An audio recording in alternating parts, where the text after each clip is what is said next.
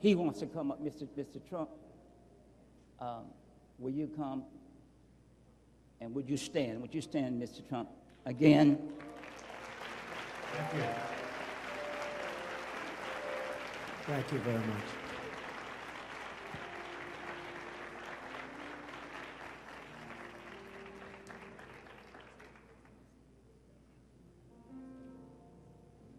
Thank you. That's so nice. Thank you. Thank you, sir. Thank you, sir.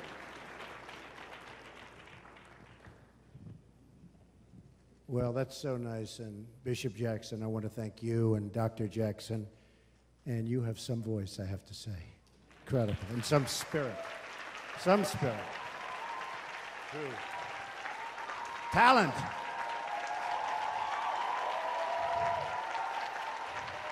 Thank you. Well, I just wrote this the other day, knowing I'd be here, and I mean it from the heart. And I'd like to just read it, and I think you'll understand it maybe better than I do in certain ways. For centuries, the African American church has been the conscience of our country. So true.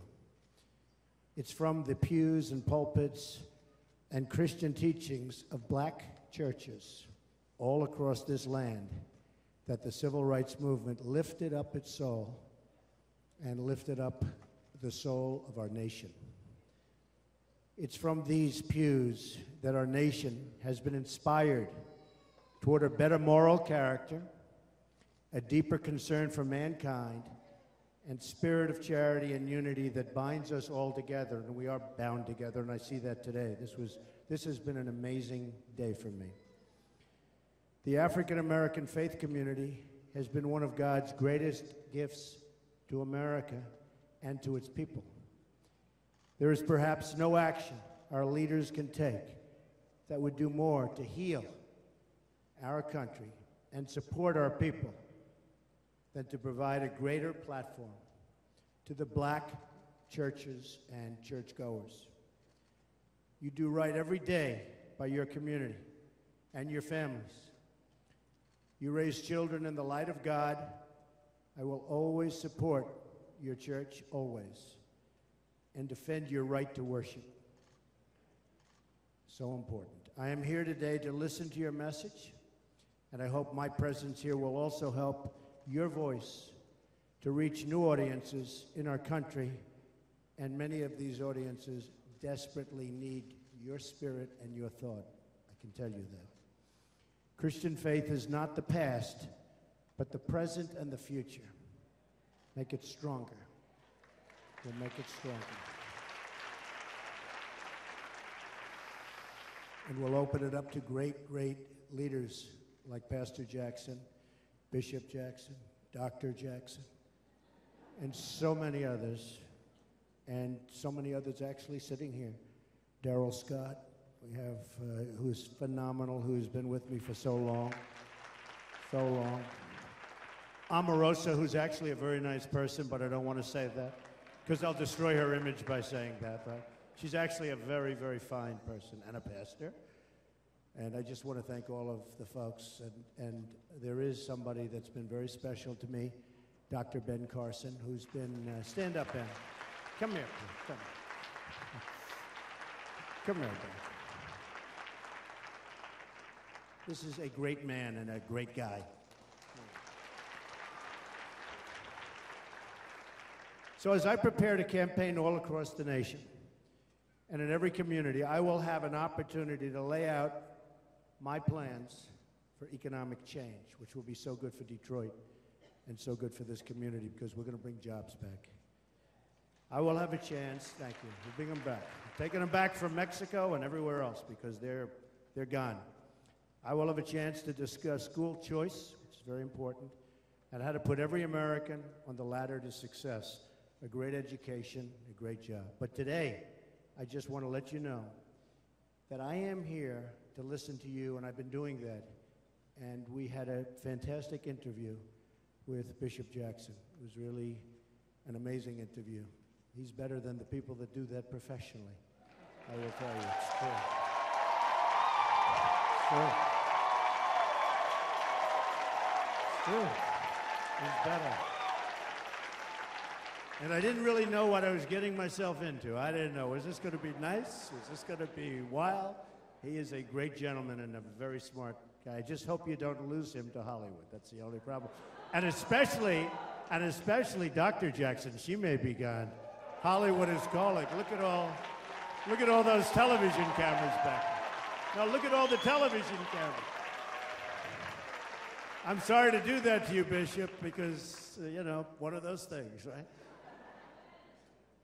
Our nation is too divided. We talk past each other, not to each other, and those who seek office do not do enough to step into the community and learn what is going on. They don't know. They have no clue. I'm here today to learn so that we can together remedy injustice in any form, and so that we can also remedy economics so that the African American community can benefit economically through jobs and income and so many other different ways. Our political system has failed the people and works only to enrich itself. I want to reform that system so that it works for you, everybody in this room. I believe true reform can only come from outside the system. I really mean that. Being a businessman is much different than being a politician, because I understand what's happening. And we are going outside of the establishment. Becoming the nominee of the party of Abraham Lincoln.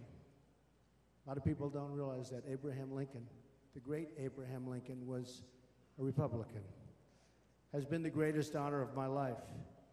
It is on his legacy that I hope to build the future of the party, but more important, the future of the country and the community. I believe we need a civil rights agenda for our time, one that ensures the rights to a great education, so important, and the right to live in safety and in peace, and to have a really, really great job, a good paying job, and one that you love to go to every morning. And that can happen. Need to bring our companies back. It also means the right to have a government that protects our workers and fights, really fights, for our jobs. I want to help you build and rebuild Detroit, and we can do that, especially with people like Bishop Jackson and Dr. Jackson. I mean that. It's been an amazing experience. It's been an amazing experience. Good.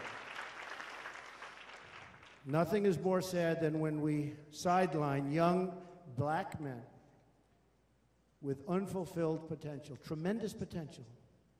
I met some people this morning that were incredible people, and they're looking for jobs. These are incredible people, young people. Our whole country loses out when we're unable to harness the brilliance and the energy of these folks. We're one nation. And when anyone hurts, we all hurt together, and that's so true. So true. We're all brothers and sisters, and we're all created by the same God. We must love each other and support each other, and we are in this all together, all together. I fully understand that the African American community has suffered from discrimination, and that there are many wrongs that must still be made right. They will be made right. I want to make America prosperous for everyone. I want to make this city the economic envy of the world. We can do that. We can do that again. Factories everywhere, new roads and bridges, new schools, especially schools, and new hope. I have been so greatly blessed, and in so many ways, with no greater blessing than my family. I've had a great family. Nothing would make me happier and more fulfilled than to use what I have learned in business and in traveling all over the world. I've sort of seen a lot. To bring the wealth and prosperity and opportunity to those who have not had these opportunities before, and that's many, many people in Detroit. When I see wages falling, people out of work, I know the hardships this inflicts, and I am determined to do something about it. I will do something about it. I do get things done, I will tell you. Some people have strengths. That's one of my, I get things done. I'm going to get things done for you. Please know this, for any who are hurting, things are going to turn around. Tomorrow will be better, will be much better. The pastor and I were talking about riding up the street, and we see all those closed stores and people sitting down on the sidewalk and no jobs and no activity. We'll get it turned around. We'll get it turned around, Pastor. Believe me. We're going to win again as a country, and we're going to win again for all of our people. I want to work with you to renew the bonds of trust between citizens and the bonds of faith that make our nation strong. America's been lifted out of many of its most difficult hours through the miracle of faith and through people like Bishop Jackson and Dr. Jackson. So important. People have no idea how important they are. Now, in these hard times for our country, let us turn again to our Christian heritage to lift up the soul of our nation. I am so deeply grateful to be here today, and it is my prayer that America of tomorrow, and I mean that the America of tomorrow will be one of unity, togetherness, and peace. And perhaps we can add the word prosperity. Okay, prosperity. I'd like to conclude with a passage from 1 John chapter 4. You know it. See, most groups I speak to don't know that, but we know it. If you want, we can say it together. No one has ever seen God, but if we love one another, God lives in us, and his love is made complete in us. And that's so true. Thank you very much. This has been such an honor. Thank you very much. Bishop, thank you, sir. Thank you. Thank you. Thank you,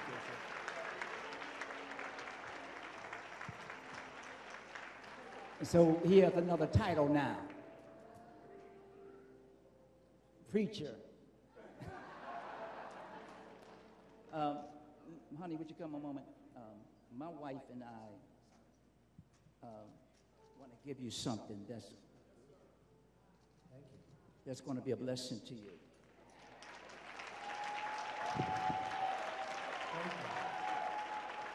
This is a prayer shawl straight from Israel. And with this prayer shawl, whenever you're, hold this for me, please. Whenever you're flying from coast to coast, I know you just came back from Mexico, and you'll be flying from city to city. There is an anointing. Anointing is the power of God.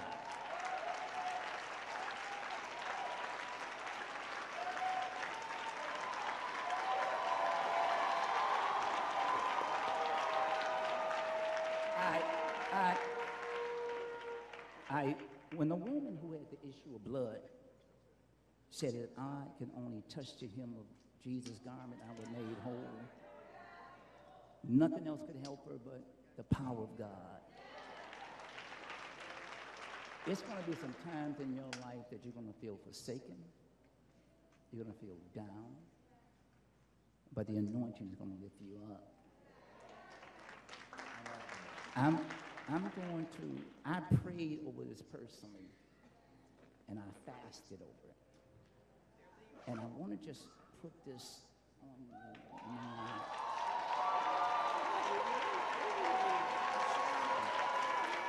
And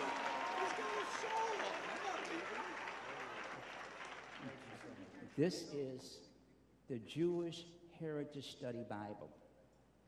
And we have it especially for you, and we have one for your wife.